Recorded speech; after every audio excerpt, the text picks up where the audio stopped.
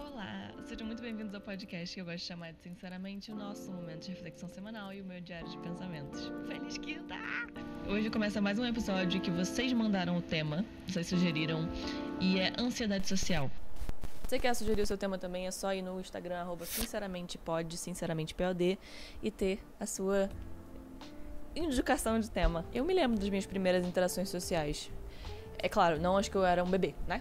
E eu acredito que as primeiras tenham sido na escola. E eu amava conhecer gente, eu amava falar com pessoas e fazer amigos e tudo mais. E não era um grande problema pra mim porque eu não achava que tinha nada de errado comigo. Então, eu só via como uma coisa muito natural. Muito importante também, que era o fato de eu nunca ter me sentido rejeitada. Até aquele ponto, eu não lembro de ter sentido rejeição. E aí teve um momento que eu repeti de ano e tudo mais, e eu comecei a sofrer o famigerado bullying.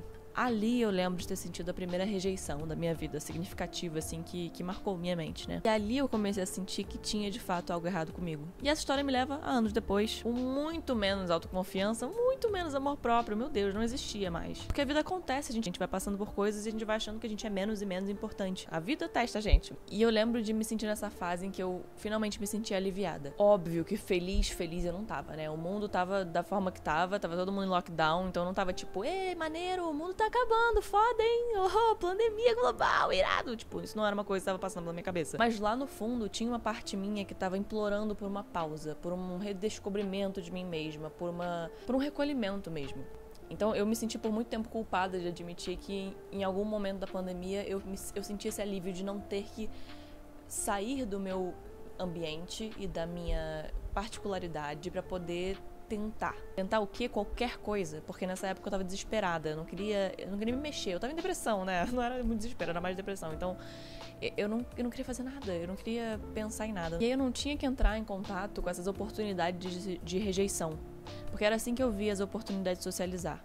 Eu via como um ambiente hostil onde todo mundo ia me julgar e eu ia ser rejeitada. Porque no fim das contas, a ansiedade social tem muito a ver com rejeição. Comecei a ter que fazer muito esforço pra socializar, porque mesmo que essa rejeição teoricamente viesse de outra pessoa, no fim das contas eu tava com medo de entrar em contato com a minha própria rejeição. Eu vi que isso dizia alguma coisa sobre o que eu tava vivendo no meu processo, muito mais do que sobre outra pessoa. Porque se uma pessoa, sei lá, escrota com você, se você tá bem, normalmente você não leva isso pro coração, sabe? Mas quando você tá lidando com essas coisas, tudo fica muito sensível e tudo fala com seus medos mais profundos. Então você fica muito vulnerável. Então esse medo de rejeição, na verdade, era só um medo de me lembrar das coisas mais sombrias que eu mesma pensava sobre mim. Tinha muito menos a ver com aquelas pessoas. O que parecia uma conversa inofensiva, na verdade, era uma grande arena onde eu ia ser aprovada ou não.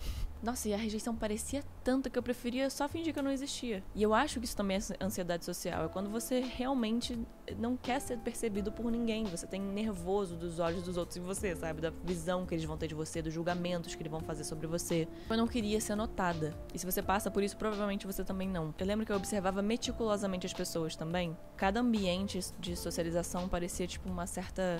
Era uma ameaça, né? Se eu tava sozinho no ambiente, eu não conhecia ninguém, meu Deus, eu tava perdida, desesperada, era o pior dia da minha vida, era a coisa mais assustadora que poderia acontecer. Vinha uma sensação estranha de não participar de nada, de nenhuma conversa eu conseguir entrar, de, sei lá, de não conseguir me mover naquele ambiente. E eu acho que é essa imagem que eu tenho da ansiedade social.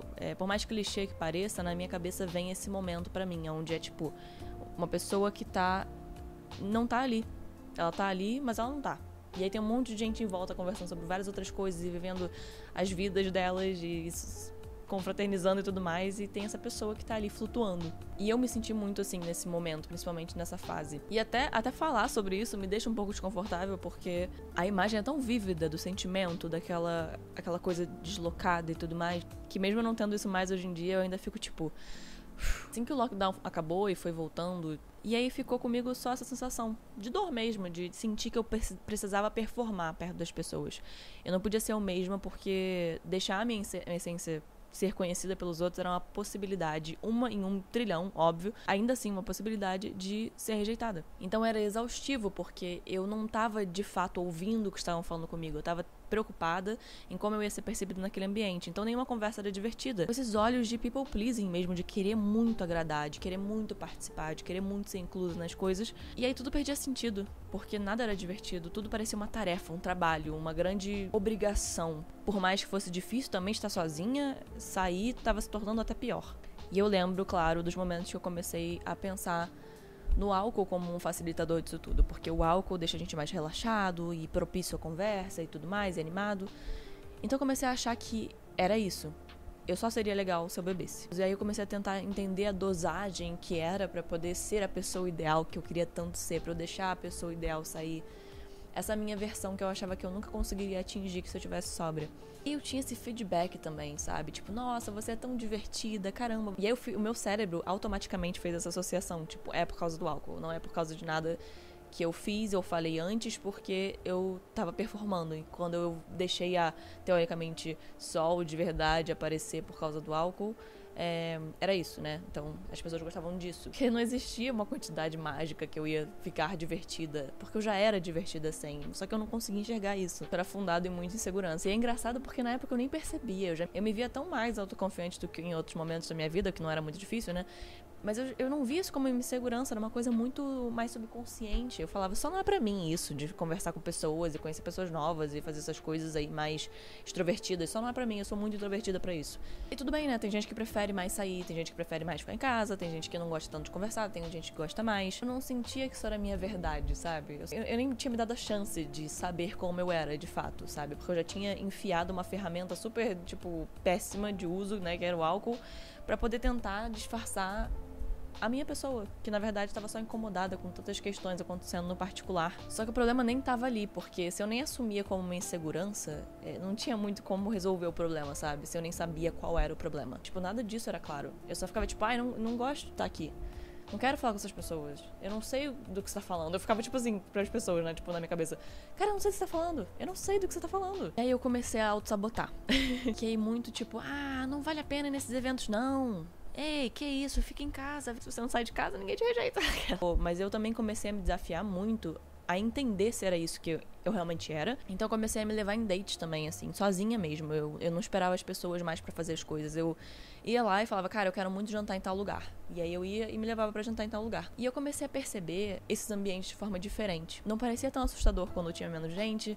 Não parecia tão assustador quando eu não conhecia ninguém e eu tava lá por mim mesma. Aí eu descobri uma coisa. Eu tava focando em mim e não nos outros. Toda vez que eu focava nos outros, eu colocava o poder na mão de uma pessoa. Não era eu e que às vezes eu nem conhecia. E aí depois eu fui percebendo, tipo, não, tá. Não é isso, é só uma conversa. Não é tão complexo quanto eu achava, né? Eu tive que pensar por que eu só me divertia com a presença do álcool, por que eu sentia tanto medo de iniciar uma conversa e manter ela, e por que eu também tinha tanto medo de dizer, dá licença, eu vou ali porque a nossa conversa acabou. É foda, porque a ansiedade social não é uma besteirinha qualquer que um dia você fala, legal, pronto, agora eu posso ir nas festas. Tipo assim, é complicado porque depende muito da relação de você com você mesmo, né? E principalmente a relação com a rejeição também. Então eu também trabalhei muito a aceitar que nem toda conversa vai ser divertida, que nem todo mundo precisa gostar de mim, que tá tudo bem eu também não querer conversar de vez em quando, eu não querer socializar, eu queria ficar em casa, eu queria fazer outras coisas, mas eu também não sabotar a oportunidade de conhecer pessoas e ir a lugares simplesmente porque eu tô com medo de não ser tão legal. O pior que vai acontecer é eu levantar e ir embora. Então por que eu tô cortando a oportunidade logo pela raiz, sendo que eu nem experimentei aquele lugar, sendo que eu nem vi quem vai, sendo que eu nem sei, eu já tava sabotando mesmo antes de saber o que era o plano, sabe? Só que isso é injusto, porque eu tava me impedindo de viver coisas que, foi o que eu falei, não só que eu não conhecia, às vezes, ou julgando simplesmente que eu não era capaz de estar nesses ambientes e me divertir. Teve uma vez que eu puxei um assunto com uma garota, né? E, cara, foi a experiência mais dolorosa. Foi, tipo, doloroso. Foi muito ruim. E fazia piadas que ela não entendia, e eu não tava entendendo a vibe dela também. Foi terrível por muitas razões. E ali eu entendi que tava tudo bem. E, tipo, aquilo ali não precisava ser tão doloroso assim. Eu tava dando muita importância pra aquela interação. E aí eu comecei a perceber também que isso era uma coisa importante. Eu não só colocava as pessoas à minha volta num pedestal, mas eu também colocava muita importância em algumas coisas que às vezes nem tinham tanta, sabe? Não é pra invalidar os meus sentimentos, nem nada disso, mas é um processo muito complexo de, tipo, me entender, de terapia, de aceitação de muitas coisas.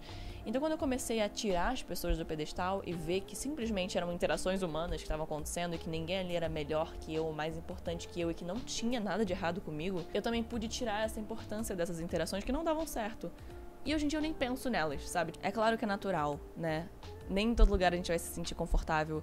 Tem gostos, tem preferências. Então eu tento estudar também quais são os lugares que eu realmente quero ir. Porque eu também não quero me forçar a sair só por sair. Comecei muito a refletir mais rapidamente, assim, sabe? Tipo, em formato menor. É tipo, será que você quer ir mesmo? Será?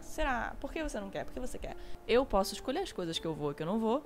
E eu posso também fazer propostas pros meus amigos e pra pessoas pessoas da minha vida de sair pras coisas que eu acho interessantes. E convidar meus amigos pra coisas que eu realmente quero ir. E não só deixar todo mundo planejado. Tentar tomar iniciativa pra poder fazer coisas que te fazem bem, acompanhado de pessoas legais. E aí talvez com grupos fique mais tranquilo de conhecer as pessoas. Pelo menos assim funcionou pra mim. Entendendo, tipo, toda essa relação. E eu comecei a perceber também que nem todo evento vai ser legal, mas nem todo evento vai ser ruim. E em 1 milhão de possibilidades que existem de algo acontecer, por que vai ser sempre a que as pessoas me rejeitam? E aí eu pensei, nada a ver. Não tem nada a ver. Eu fui nessas coisas que eu tava com tanto medo de ir.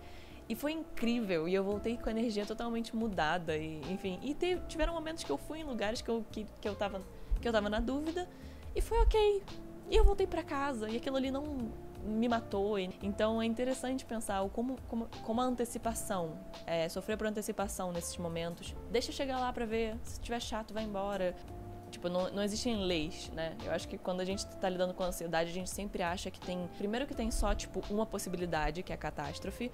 E também é sempre um... E se? E tipo, e se for legal? Enfim, é uma questão muito profunda que tem a ver com elementos, tipo, rudimentares da gente mesmo. Então, por isso eu trouxe o meu exemplo, com esperança de que alguém possa escutar e falar, caramba, talvez esse problema, por mais que ele seja muito complexo, ele tenha outras formas de ser pensado. Talvez eu possa, né, conversar comigo mesma sobre essas coisas e entender por que eu fico tão nervosa nesses ambientes, o que realmente eu tô com medo. E entender qual é o problema, qual é o medo, é muito importante, porque você não saber o que tá acontecendo e você achar que você é só impróprio e chato e sei lá mais o que, é terrível.